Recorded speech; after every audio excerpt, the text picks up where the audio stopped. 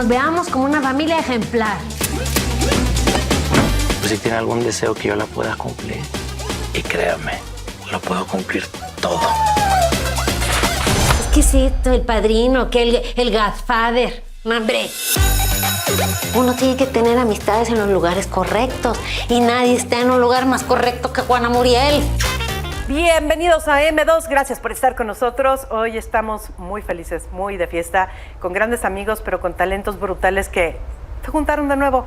Creo que es imposible no pensar en uno sin pensar en el otro cuando hablamos de grandes series de televisión. Bienvenidos Ceci Suárez y Manolo Caro, ¿cómo están?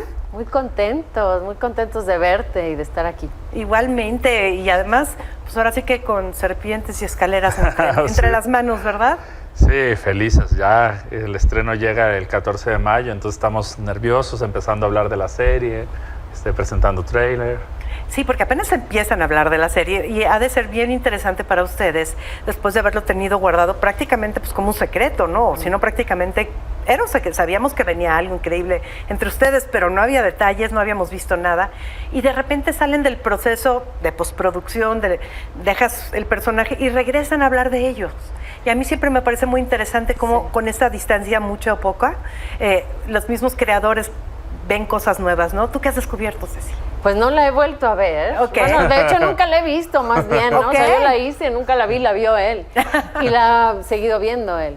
Entonces creo que apelamos en este momento, al menos yo, a la memoria que tengo de haber estado ahí, de cómo se sintió hacerlo, de cómo fue el proceso, pero no he podido acercarme otra vez a la serie. Ahorita regreso a preguntarte cómo fue el proceso, pero Manolo, para ti que sí la has tenido... No, yo la acabo de volver a ver este fin de semana porque quería revisar ya cómo se va a ver en la plataforma de Netflix. Y es una historia que me parece fascinante, tenía muchísimas ganas de hablar de ello, tenía muchas ganas de regresar a la comedia, era para mí lo más importante y lo más interesante también, porque después de haber hecho otros géneros, era cómo regresar ahí, desde qué lugar y con qué he aprendido, ¿no? ¿Y qué pasa entre ustedes dos creativamente que...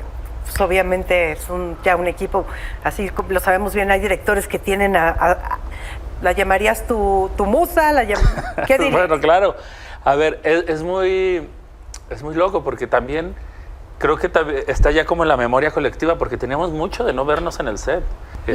Hubo un intento de sí, que nos reuniéramos en Sagrada Familia. Hizo un cameíto, pero muy chiquito. Los horarios, el calendario más bien de ambos no se pudo ajustar a que nos reuniéramos en ese proyecto.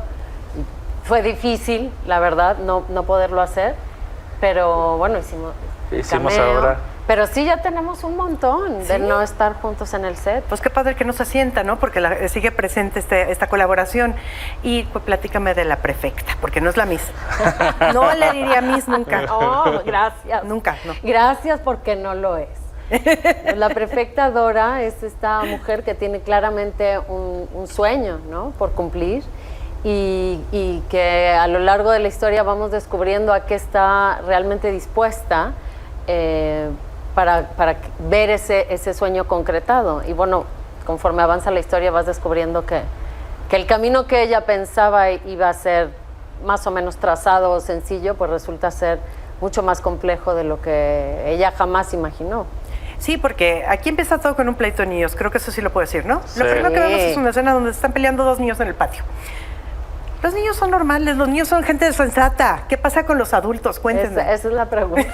Bueno, sí, es una locura. A ver, y de ahí nace esta idea de una mujer, una maestra, que por el pleito de dos niños, un pleito insignificante, se ve en medio de dos familias muy poderosas y muy ricas y muy perversas y la intentan corromper. Y ella, una mujer íntegra, pero también con una vida bastante aburrida o bastante normal tirándole a gris, de repente descubre que puede tener poder y que puede cambiar su vida si se deja corromper y si... Bueno, no quiero develar mucho, pero... Yo digo, ay, qué padre, está contando mucho más de lo que yo pensé que podía contar. Yo tengo un sueño. Pero Manolo, no, sí, ya entraba. No, bueno, pero ella cae en esta locura de decir, puedo en verdad ser otra mujer y empezar a encontrar otra forma de vida.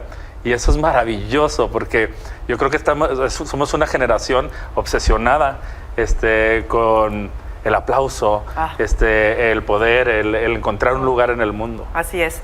Y tu personaje además se presenta como una persona ética y lo explica clara y concisamente. Así empieza la serie. Ajá, sí. así empieza, claro. Sí, sí, y sí, bueno, sí, sí. y así empieza pues nuestro conocimiento del personaje, ¿no? Sí. ¿Qué pasa con eso? Bueno, yo creo que es una pregunta que Manolo como creador lanza, ¿no? al espectador, al público. ¿Qué pasa con el sentido de lo ético? ¿Qué pasa con cómo la gente se define como decente o no decente? ¿Qué Exacto. nos hace decentes? ¿Y a qué estamos dispuestos? Y sobre todo, ¿por qué? Para mí la pregunta que traza la serie es ¿por qué una persona está dispuesta a dejar ir de ese sentido tan primordial de quién es uno, de cómo te identificas que es la ética, ¿no? El estar bien colocado frente a eso en la vida, y de repente, ¿por qué alguien decide que está bien dejar ir eso? ¿Cuáles son las prioridades? ¿Cuáles son los valores? Ahora, hacer comedia a partir de conceptos que sí son complejos, aunque pueden ser parte de nuestra vida, eventualmente, usualmente no nos detenemos a examinarlos, ¿no? Hacer comedia a partir de haber examinado todo eso y llegar más allá para llegar a la carcajada, pues no es cualquier cosa, Manolo. ¿Cómo llegas ahí?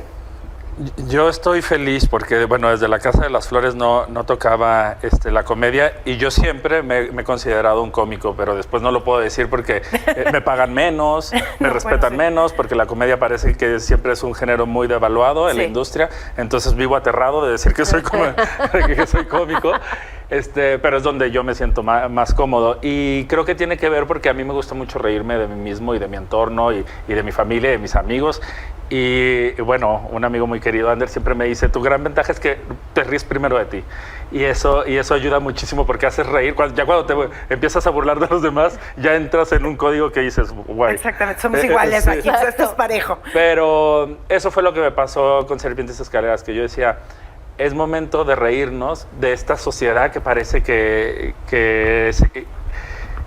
vive en una burbuja, ¿no? Y que nadie les puede decir nada, y que de repente dicen unas cosas atroces. Y yo empecé esta historia porque habíamos fantaseado mucho en cómo volver a la comedia, y ya habíamos pasado por algunos temas, y de repente le hablé a Cecilia y le digo, estuve en esta cena y esta gente no tiene reparo, o sea, dice unas barbaridades, y es como esta gente de la élite, ¿sabes? Sí.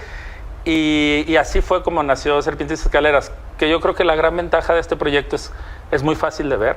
Si tú no quieres entrar al mundo de la crítica, es súper llevadero, pero si pones atención en lo que dicen, en el momento social y político que lo están diciendo, es un espejo tremendo y atroz de cómo nos estamos comportando como sociedad. Es que eso que dices, cuando la gente se siente protegida y segura, no hay filtro, ¿no?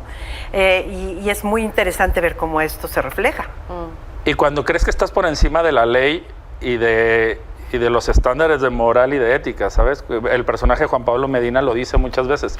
Ahí tiene una conversación con el personaje de Cecilia y ella le dice, ¿pero qué va a decir la policía? ¿Y el qué? ¿Quién? Y se ríe y le dice, ay, no, olvídese de eso, ¿sabes? ¿Qué? Porque hay gente que cree que puede pasar por encima de todo.